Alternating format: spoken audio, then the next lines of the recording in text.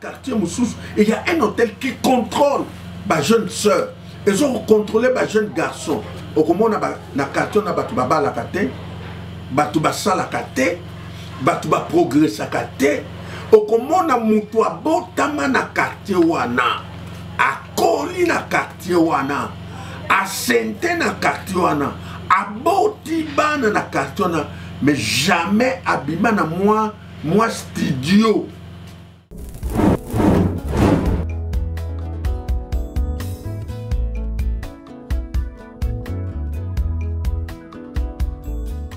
Bandeko Balandi, il y a émission Nabiso combat, le bon combat. Tozali kopambola d'abord Nzambe, pe kopambola bino oyusebo commission momesano ya kolanda émission Nabiso émission Nabino oyo ezali combat le bon combat. Tant bazoloba combat le bon combat. Bible est claire dans mon canal 1 Timothée. Chapitre 1, verset 18. Paul, Moutoiseau Senga, na mwana na ye Timothée, par rapport à la révélation au bazoui, et que Timothée a joué batté kazana combat, sans pour autant y aller, mais Tatane Abolimo a joué révélation. C'est quand on a informé et de Timothée par rapport à message au bisoto zoui. Et sengeli obunda mais kobunda pamba te et sengeli obunda penja malam yangwana mais bien aimé na enseignement auto zali kokoba sur les hôtels, sur les combats, sur les hôtels bibundeli et ben bitumbelo et ça très important. Toye kolango pe to tiango en pratique. To bonde. Papa to pecho merci, papa to pambolio pe to commission pour na ngolu o saleli biso na tango ya koye kola lisusu maloba na yo na tikinde konanga mobande konanga mwasi na maboko na o ya zuli baku ya kolanda malakisima ye o éclairer ye o fungola ye na compréhension poté à Coca-Cola en pratique. Na combo na Yesu. Amen. Mais bien aimé, nous toujours continuer à faire sabino merci, surtout pour la réaction, la participation na bino na émission na biso. Petoko bongsa mikolo koyan pour na ba question, on a ba question, ils ont mérité ba réponse. Alors, toujours combat dans l'enseignement de il y a bitumbelo ou bien les hôtels. Mais les lots, tout côté n'a pas hôtel négatif, hôtel au bazobenga, hôtel satanique d'affliction ou de malheur. Bitumbelo yamabe. Oyo, bazo télémisa. Oyo batu bazali ko érigé ende sikawa tolingi koye ke ola ba objectif ya bibundeliwa eba bitumbelo wana objectif ya ba hôtel de malheur, l'hôtel d'affliction ou les hôtels négatifs nde yango tolingi koye kola. Alors les hôtels d'affliction ou bien les hôtels sataniques sont essentiellement utilisés pour, si vous avez compris ça, ils allaient utiliser pourquoi? Objectif nango ezani, tina nango ni, yaba bitumbelo yamabe. Mais bien aimé, oyo ya bitumbelo malam tole kola kitomona ki objectif nango. Mais nde sikawa, tolingi koye kola ba objectif yaba hôtel négatif. Alors, premièrement, objectif Nangwezani, établir un contact avec le monde spirituel satanique. C'est-à-dire, ce qui va télémissi et tumbelo, oeza et tumbelo yamabe, et tumbelo yamalheur, obe et tumbelo satanique, babi tumbelo satanique, ba hôtel satanique. So ba télémission on est sika, objectif nango ya liboso ndenge totangi ezali ko établir contact entre hôtel esika etelemi, hein, hôtel nango, hôtel wana etelemi, na monde spirituel. Je crois ce qui n'a pas rappelé bino. Totalangaki na Genèse 28. Tango Jacob azo kende, akomaki esika oyo Abraham atelemisaka etumbelo. Mais ye Jacob ayebaki te. Mais tango akomona lere leki alali. Nde tango alali aye kozwa ba révélation. Nzamba fungoli ye misu ya kotalisa yeke esika yo lali. C'est un lieu spirituel. Eza na contact oyo eza entre esika wana na Nzambe.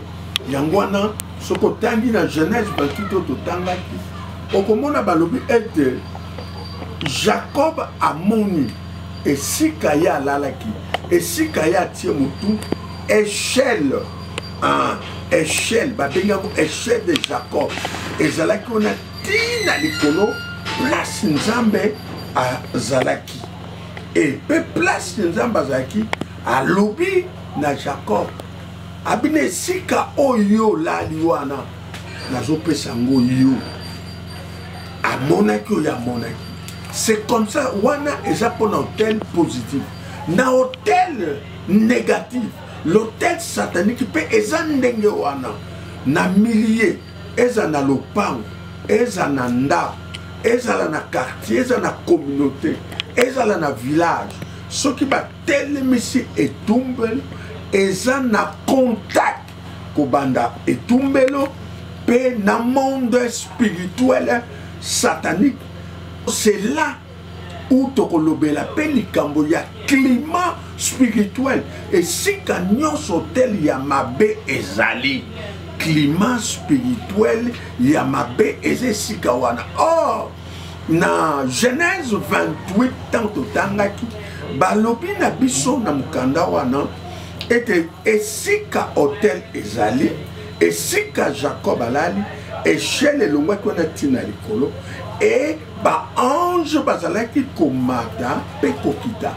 Trafic angélique ezaki kosam. C'est la même chose na hôtel nyonso ya mabe esika etelemi ezalaka pe na trafic ya ba démon bazali nesika wana. Bazali coopérer les sikana. C'est-à-dire bazokota lié wana en contact na monde spirituel. C'est pourquoi mes bien-aimés, ceux qui n'ont pas na bino, eza na hôtel à mabe, climat spirituel eza ya mabe. Okomona makambo ya malamu ekozala kaka te. Ya wana balpango suso kokoti otali kaka lopango. Mais c'est grave. Okoti na ndako n'en parlons pas. Okoki komona kana misu bo sentir que awa il y a quelque chose qui ne va pas.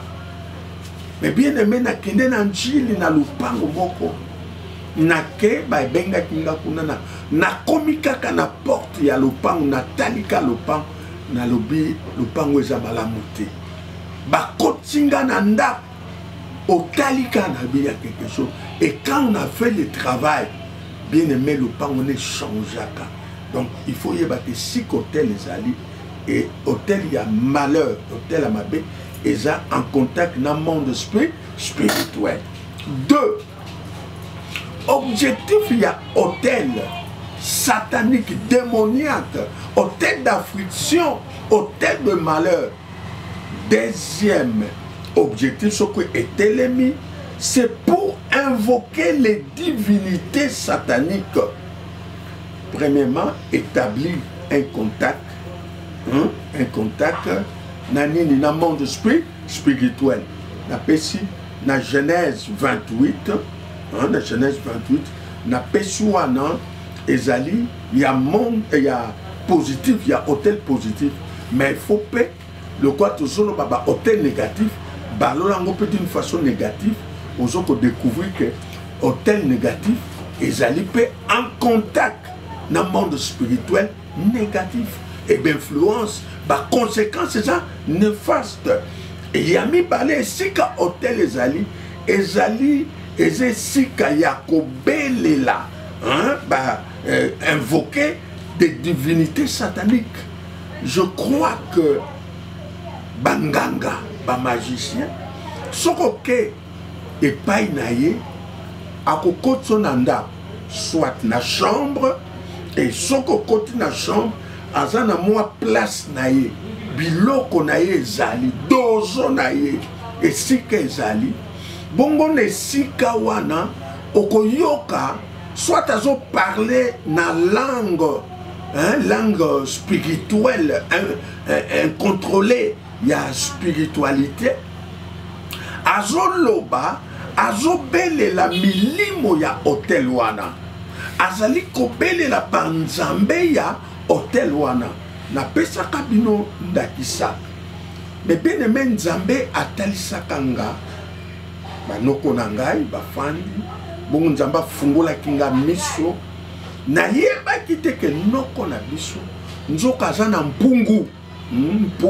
mpungu mpe eza hotel ezalaki na mai etango Seigneur afungoli nga miso atalisi nga lokwa tozalaki na butu na tongo nayebisi na noko na binoko tokende na mai toke okende kobimisa mpungu na yo oyo eza hotel noko akamu bien aimé landa tango toke na ye tokomi na mai kaka ndenge nzambe alakisanga tokomi na mai avant yazwa mpungu wana comme hôtel il a invoqué abandi ko parler alobi na munoko mboka après alobi en langue tango alobi en langue mbala moko mais bien aimé en live na moni maye ningani makasi na sima na mona kaka eloko bimi na se ya mai pan ekomi likolo ya mai ebando nanger siko ya azobenga ngo lokola tobengaka mboa azobenga mpungu wana c'est l'hôtel azobenga ngo ti ekomaki esika ye azali azwi yango mpe na nsima suite wana naza ntina koloba te parce que travail esalemaki omoni mpo ntango akomi wana abeleli il a invoqué abeleli milimo wana pourquoi parce que hôtel wana eza hôtel ya milimo wana donc tout hôtel soki eza hôtel ya nzambe eza na molimo ya nzambe soki eza hôtel satanique eza milimo mabe bademon yango na bandako mosusu soki otuni bato makambo balotaka impossible makambo bavivaka na ndako wana so baexplike yo ezolekela yo eza ya solo parce que hôtel wana présence ya hôtel eza koinfluence esika wana donc hôtel eza esika ya kobelela milimo ya mabe yango nakomona bandako mosusu atongi ndako asa areserve chambre moko ekozala haut lieu ekozala mpe hôtel na ye esika abelelaka milimo na ye. Troisième objectif ya kotelemisa etumbelo ya mabe balobi c'est contrôler et bloquer les progrès et les bonheurs de gens. Contrôler et bloquer les projets et les bonheurs de gens. Alors, Yaliboson alobaki établit contact au kokipe kotanga na nombre 23 mobimba au kokipe kotanga na 1 roi 19 1 à 14. Deuxièmement, et un lieu d'invocation, il y a la divinité satanique 1 roi 12 25 à 31. Et troisièmement, c'est contrôler et bloquer les progrès et les bonheurs de gens. Et ça pour contrôler, pour bloquer bonheur yabat, omengo yabat. Et psaume 59 13. Psaume 59 13 à 16. Leur bouche pêche à chaque parole de leurs lèvres, qu'ils soient pris dans leur propre orgueil. Ils ne profèrent que malédiction et mensonge. Détruis-les dans ta figure. Détruis-les et qu'ils ne soient plus. Qu'ils sachent que Dieu règne sur Jacob jusqu'aux extrémités de la terre. Ils reviennent chaque soir, ils hurlent comme des chiens, ils font le tour de la vie. Et ils errent ça et là, cherchant leur nourriture, et ils passent la nuit sans être rassasiés. Voilà. Awa, dans 13, leur bouche pêche à chaque parole de leurs lèvres, qu'ils soient pris dans leur propre orgueil.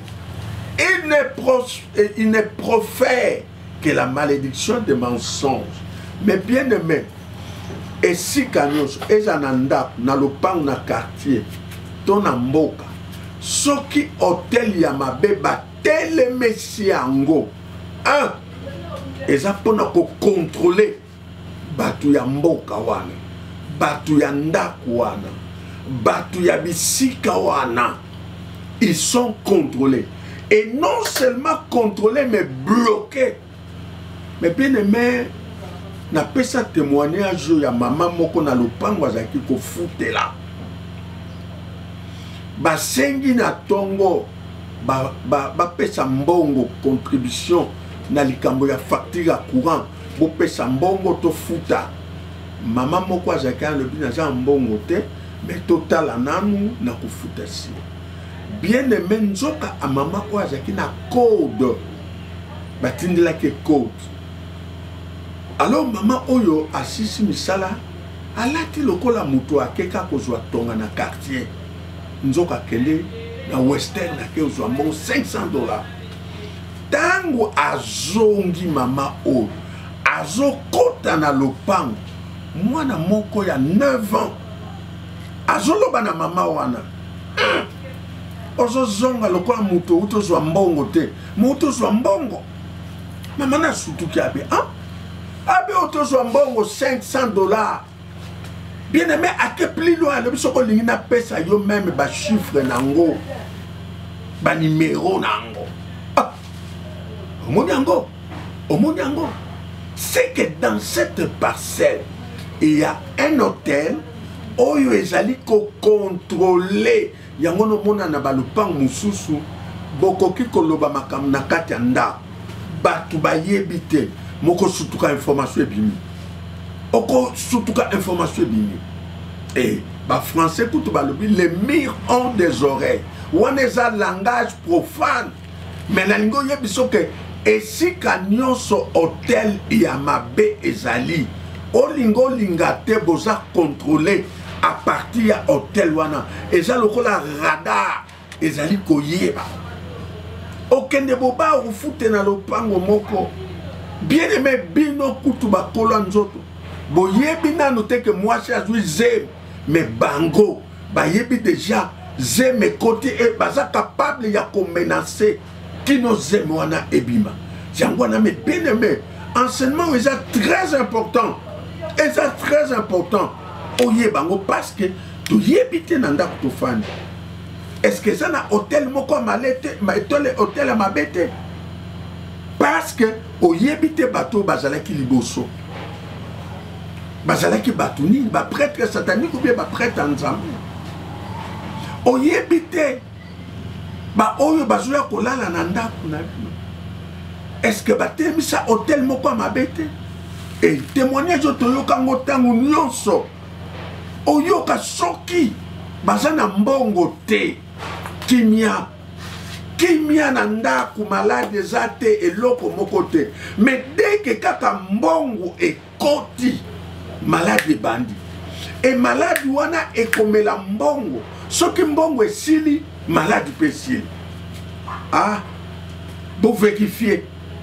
Est-ce qu'il n'y a pas un hôtel de malheur? Est-ce qu'il n'y a pas un hôtel?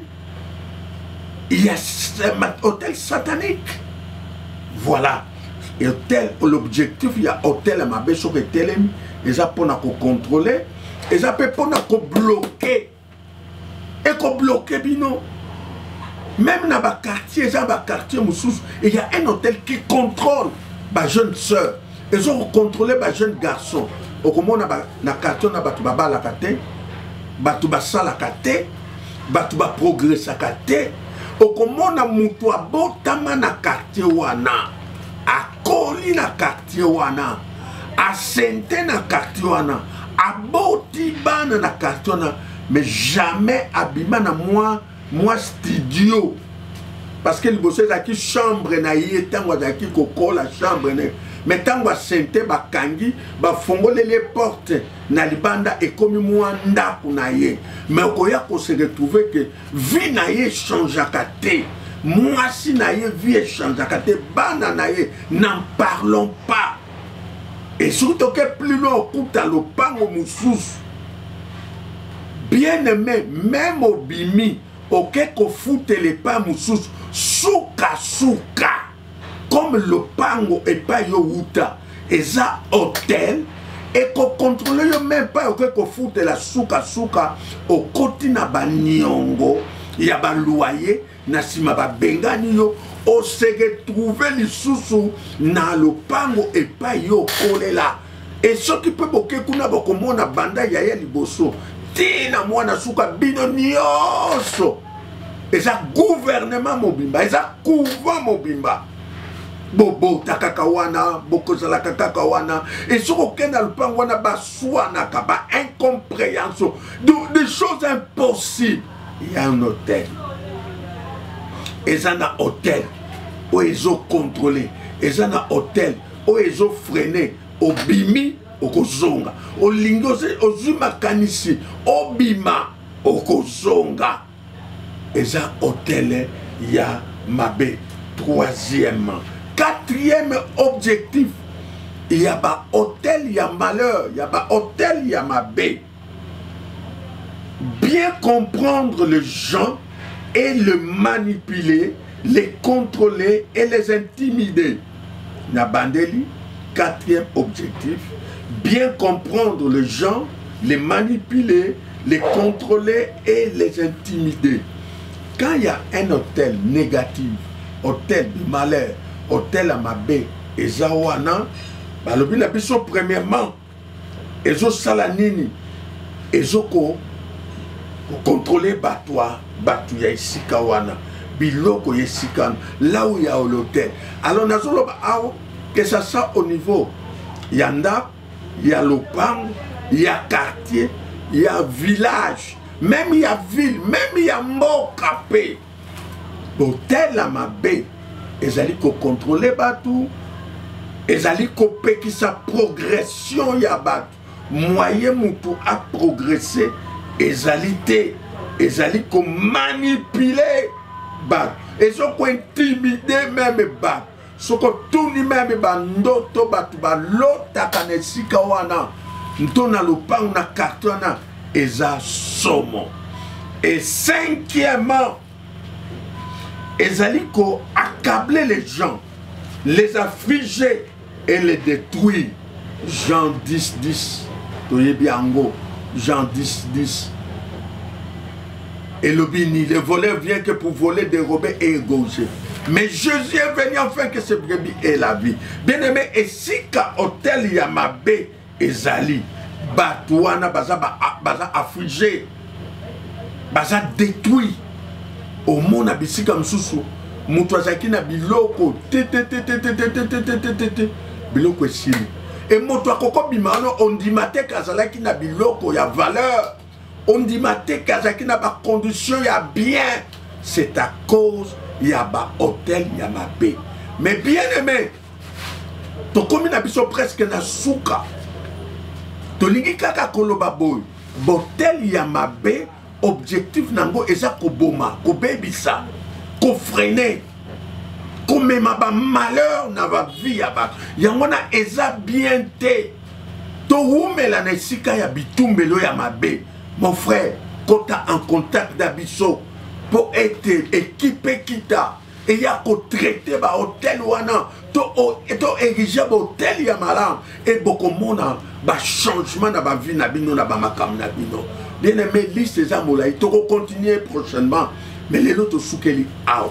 Soto soukeli awa, mais bien aimé, tozali bandeko ya école de la foi. C'est pourquoi tozo senga na bino chaque samedi à partir de 21h15 bolanda émission rediffusion nango chaque samedi na 18h30 bolanda biso. Mais bien aimé, tozo kokoma na suka tolingi ka koyebisa ke banseignement o eza na tina. C'est pourquoi bolanda biso na YouTube, kolanda biso na YouTube, soko landi biso ezali kaka be Crispin Toto TV. Kota susu na Facebook École de la foi Toto Crispin, École de la foi Toto Crispin. Okozwa banseignement na biso susu ebele. Mais bien aimé, kangama na chaîne O landa toujours combat, le bon combat. Pe tozali bandeko ya ministère École de la foi. Tozali na makanza 60 na Ngiringi, makanza 60 Ngiringi na Kinshasa. Mais bien aimé, quand en contact na biso, ba numéro na biso yango nezo le canacé plus 243 81 24 74 041 plus 243 24 74 041. Okosu kota biso pe wana na WhatsApp plus 243 85 32 35 698. Et ça ba numéro na biso kota en contact na biso. Mais bien aimé tozal ba enseignement belé et nzamba ko pambola yo. Mais bien aimé to comme na suka na mikolo oyo boyebi ke tozal na COVID-19 ba condition ba pesi biso to la tabacache ne to la tabagan to garder distance à 1 mètre. Et que ça sous malami, ce que ça n'est pas que ça te tikala nanda, soukola maboko de temps en temps na savon, soukola maboko, et que ça la sous malami, parce que nous avons pas protéger biso, mais ba disposition ba pesi biso et sengeli pe to ba kotiango, mais kobo sanate, au-delà ya ba disposition la vie de prière et que se confier dans Nzambe et que ça la malamu mingi. Je crois que Nzambe na biso oya permettre que biso to yeba ko ya nanda kunabino to pamboli bino to pamboli pe ba nyonso bazali ko s'intéresser na enseignement o ya mwana to ko pondela. Nzambe papa to pecho merci. To pecho vraiment merci pour na tango malamu epesi biso pour na maloba na yo pe na bandeko nyonso balandi biso. Tika kimia na yo ezala likolo na bango pe enseignement o esunga ndeko nanga mwasi ndeko nanga mobali mpona kotiango na kati na misala na pamboli ndeko nanga na pamboli ba nyonso bazolanda biso dans le monde entier. Nzambe salela bango pe fongola mayele na bango, fongola mayele na bango compréhension pe miswa maolim pour te ba comprendre et si ka ba fandi milliers bazali ndako ba fandi soke zane tumbelo ya mabete. Nzambe tika bolingo na yo ezali kolo na moko na kombo na Yesu to bonde libongo tolobi amen.